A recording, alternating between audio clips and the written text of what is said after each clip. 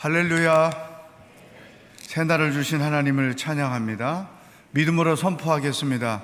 능력받는 새벽기도, 응답받는 새벽기도, 성령을 체험하는 새벽기도, 하나님의 음성을 듣는 새벽기도 선포한 대로 될지어다. 아멘. 6월 한 달 동안 기도하고 능력받고 모든 시험을 이기며 사는 하루하루가 되기를 축복합니다. 이 민수기 32장 1절부터 15절까지 어제의 본문을 간단히 이해할 필요가 있습니다. 이제 요단강을 건너서 약속의 땅을 전쟁을 통해서 하나씩 점령해 가는 것이 하나님이 계획하신 길이죠. 약속의 땅을 준비해 놨다고 그냥 들어가서 차지할 수 있는 게 아니죠. 이미 원주민들이 살고 있기 때문에 그들과의 다툼을 이겨내면서 한 땅 한 땅을 이렇게 찾아가는 것입니다. 그런데 루벤 자손과 갓 자손들이 가축이 많았어요. 그래서 그 모압 평지 요단강을 건너가기 전 모압 평지 주변에서 지금 진을 치고 백성들이 하나님의 명령을 기다리고 있는데 그 지역을 살펴보니까 초지가 많은 거죠. 그래서 자기들이 가지고 있는 가축을 기르기에 적합한 땅이라는 판단이 들었습니다. 그래서 이 루벤과 갓 자손의 지도자들이 모세와 엘르아살과 그리고 지도자들을 찾아와서 우리 민족이, 우리 지파는 이 땅에서 머물게 허락해 주십시오, 이제 요청을 합니다. 그러니까 이제 모세가 흥분을 하게 되죠. 왜냐하면 요단강 건너서 싸워가며 그 땅을 차지해야 되는데 이 전쟁을 너희는 안 하겠다는 거냐? 또 이미 가데스 바네아에서 가나안 땅을 들어가지 않고 오히려 이집트로 돌아가겠다, 그러한 불신앙적 행위를 해서 출애굽 1세대들이 다 죽임을 당해야 됐는데 너희들의 이런 행위가 또 우리 민족이 약속의 땅에 들어가지도 못해보고 죽게 하려고 하는 작정이냐?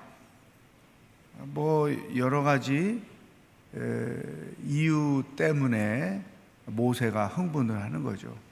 너희 한 사람, 두 지파 족속 때문에 다른 지파들이 요단강 건너가는 일에 낙심하면 어떻게 될 거냐? 뭐 이런 그 전체적인 분위기에 맞추어서 모세가 흥분을 하죠.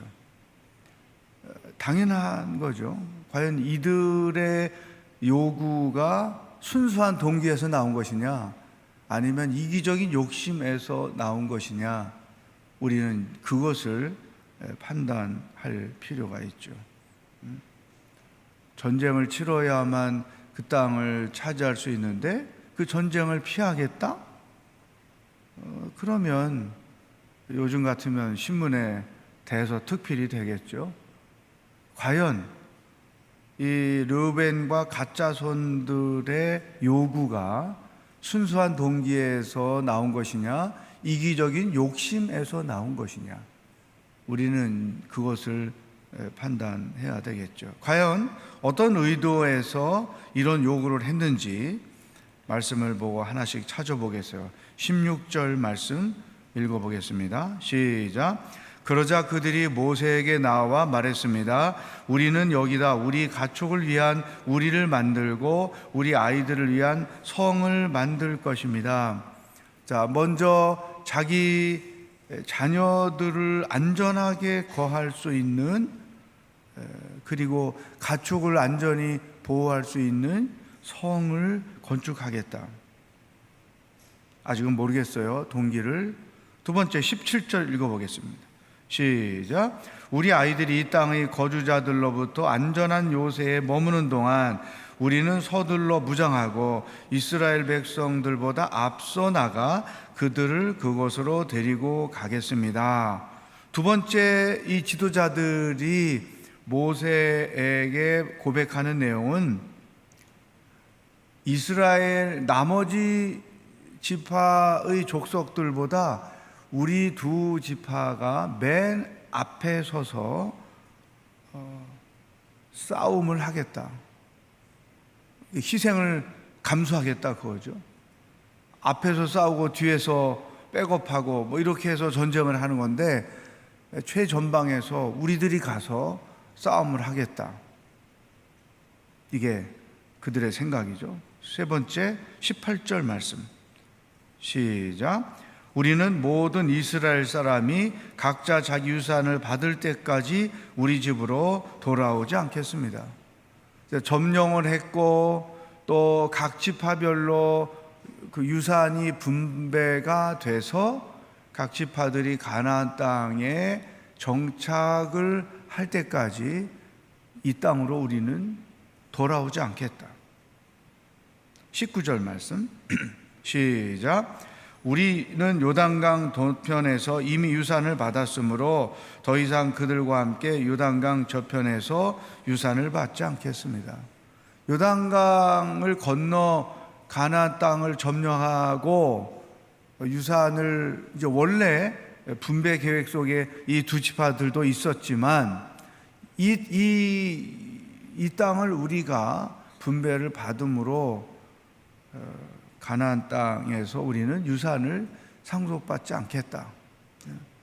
근데 이제 이들이 순수한 동기가 아니었다면 이 땅도 차지하고, 그리고 그 땅 요단강 건너 원래 하나님이 약속하신 그 땅도 우리 겁니다, 이런 소송을 걸 수도 있잖아요, 나중에. 그런데 이 두 지파의 리더들이 절대 유산 상속받지 않겠다, 그리고 정복 전쟁이 끝날 때까지 돌아오지 않고 그 현장에 함께 하겠다, 전쟁을 할 때 우리가 맨 선두에 서서 싸움을 하겠다. 이들이 제시한 내용을 판단해 보니까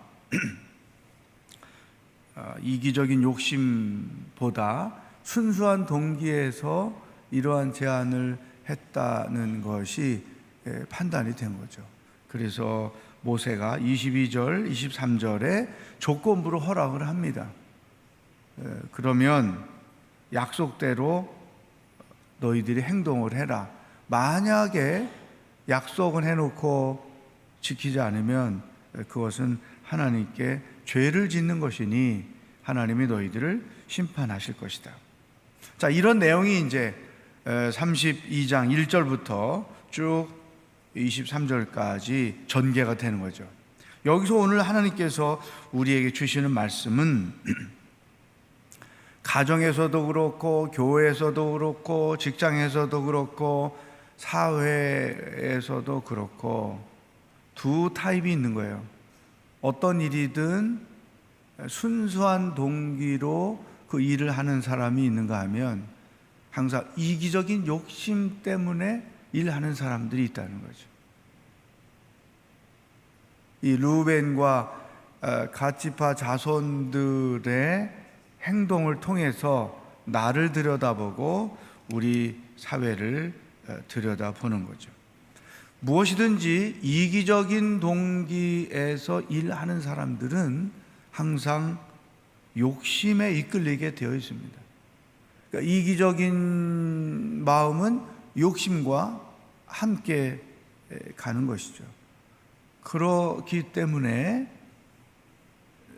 이 이기적인 욕심에 이끌려 하는 일은 다른 사람들에게는 피해가 되는 일이 많다. 다른 사람이 손해를 보는 경우가 많다.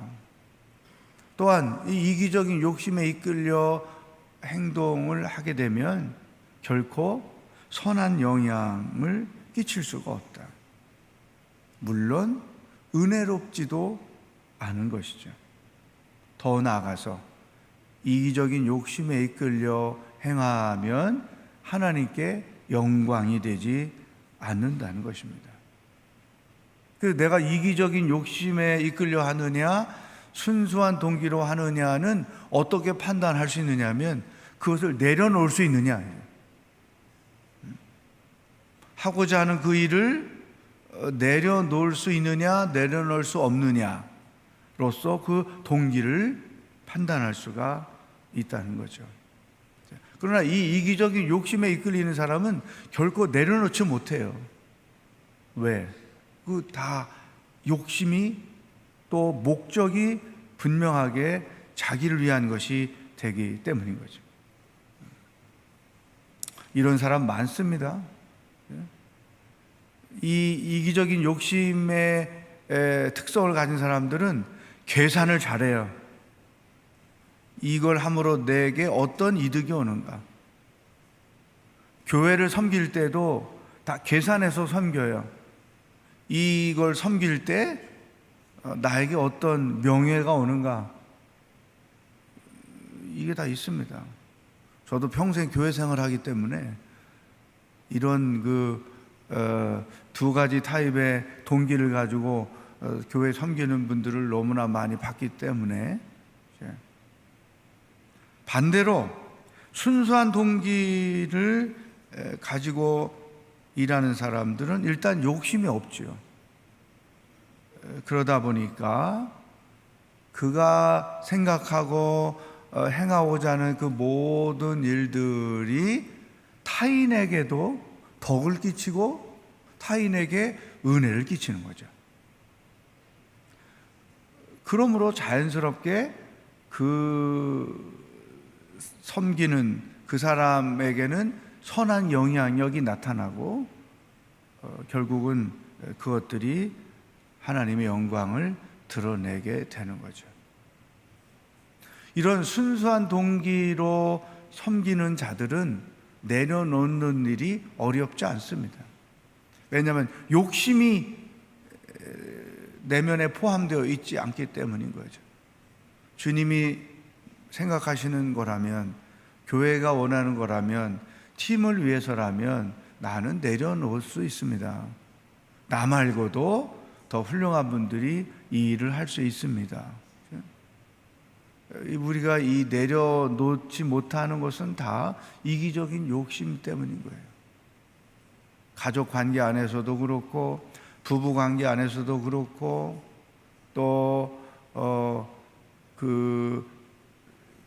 교회 사역이나 직장에서도 그렇고, 이 내려놓지 못하면 그것이 나의 내면을 항상 불편하게 만들고 그것들이 갈등의 원인이 되는 거죠. 그러다 보니까 억압밖에 없는 거죠. 그러나 이 순수한 동기를 가진 자들은 내려놓을 줄 알기 때문에 자유함이 있어요. 그리고 누림이 있는 거죠. 그래서 이 순수한 동기냐 이기적인 동기냐는 그 사람이 생각하고 판단하고 행동하는 방법도 다르고 결과도 다른 거잖아요. 그래서 이 르우벤 자손과 갓 자손들이 정말로 순수한 동기로 이 땅을 우리들에게 살게 해 주십시오, 그런 요구를 하는 거죠. 이렇게 함으로 전쟁도 최전선에서 싸우게 되죠.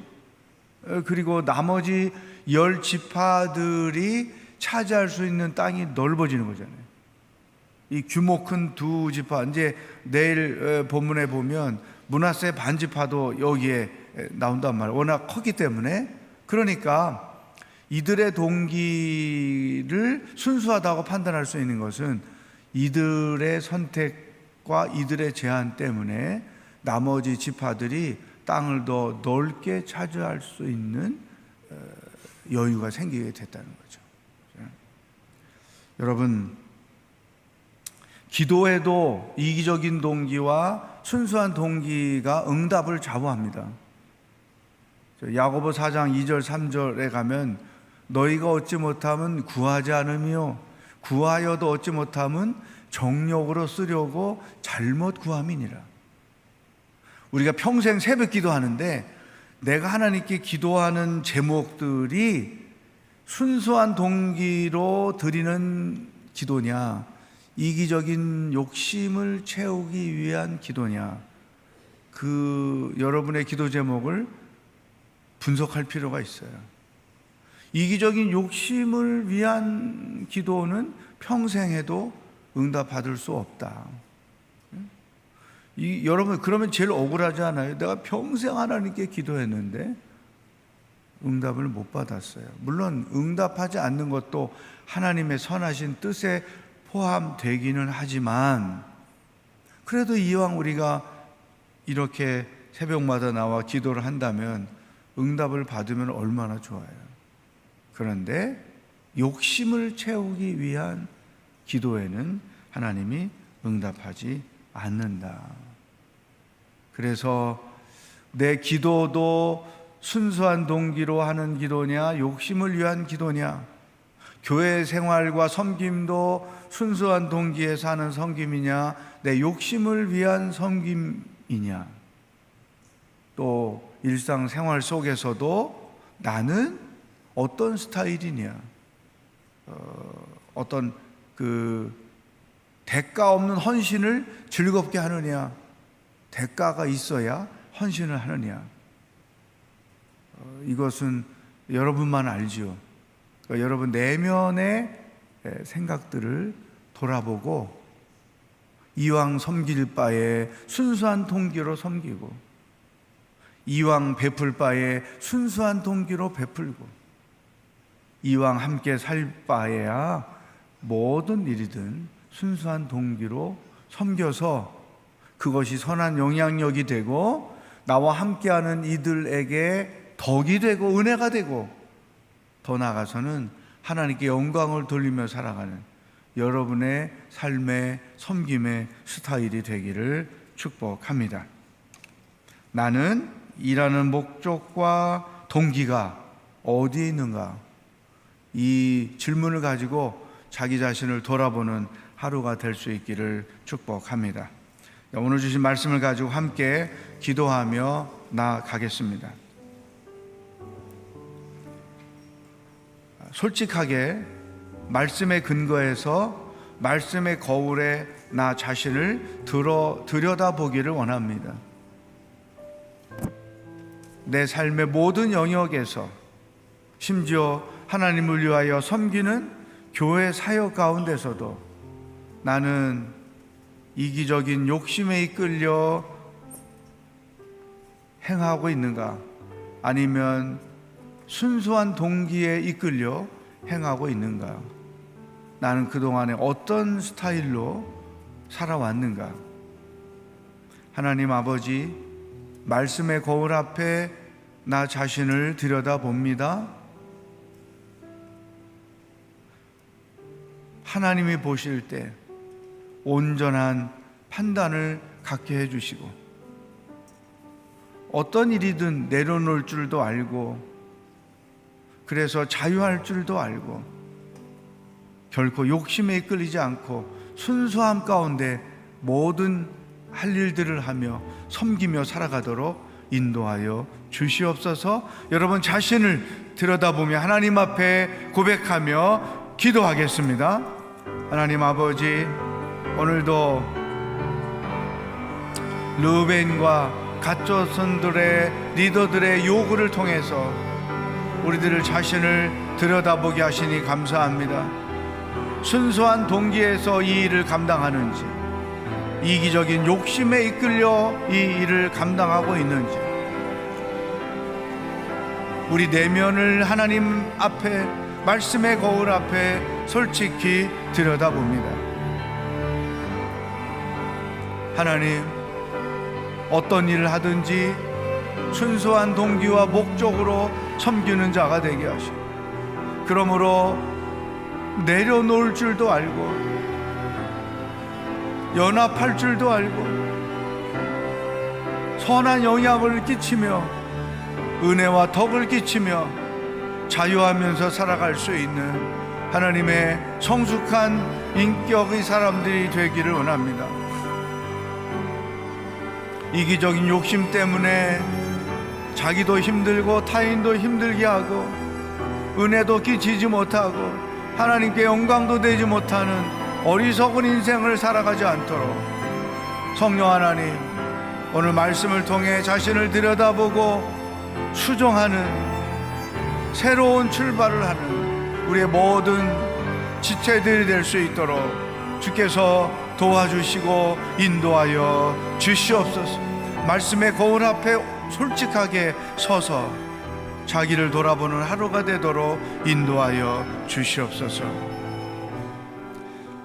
대통령 선거를 위해서 기도하겠습니다. 내일이 선거의 날입니다.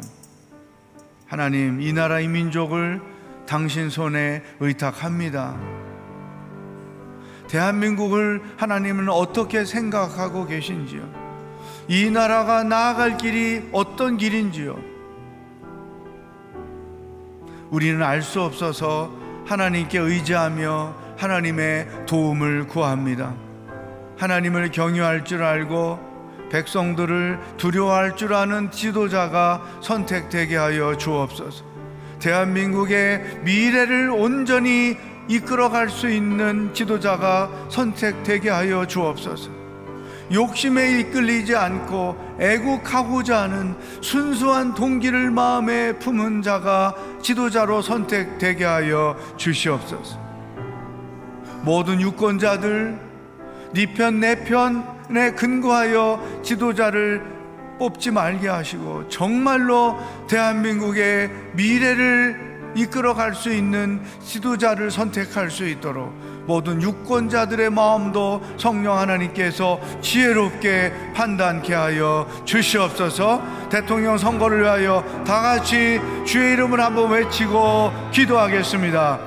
주여! 하나님 아버지, 이 민족의 미래가 달려있는 대통령 선거가 하루 앞으로 다가왔습니다. 하나님, 도대체 우리나라가 어떤 길로 가야 할지, 대한민국이 언제까지 이렇게 방황해야 할지, 한국이 지도자의 리더십의 부재로 인하여 언제까지 이렇게 고통을 겪어야 할지 하나님께 호소합니다. 대한민국을 불쌍히 여겨 주옵소서. 미래가 없는 이 대한민국을 불쌍히 여겨 주시옵소서. 하나님, 내일은 대통령 선거하는 날입니다. 하나님을 경유할 줄 알고 백성을 두려워할 줄 알고 대한민국의 미래를 이끌어갈 수 있는 지도자가, 순수한 동기를 가진 지도자가 선택되게 하여 주시옵소서. 이 나라의 운명이 하나님 손에 달려 있습니다. 사람을 통하여 일하신 하나님 아버지, 하나님이 지명한 사람이 선택되도록 이 모든 선거의 과정을 성령 하나님께서 주장하시고 인도하여 주옵소서. 부정선거가 일어나지 않도록 하나님께서 눈동자처럼 지키시고 역사하여 주시옵소서. 하나님 아버지, 오늘도 하루를 어떻게 살아야 하는지 우리들에게 말씀하시니 감사합니다. 말씀의 거울 앞에 우리 자신을 들여다봅니다. 나는 순수한 동기로 모든 일들을 행하며 살아왔는가? 아니면 이기적인 욕심에 이끌려 지금까지 살아왔는가? 하나님이 원하시는 것은 순수한 동기에서 은혜를 끼치고 덕을 세우며 선한 영향력을 끼치며 하나님께 영광을 돌리는 스타일로 살아가는 것입니다.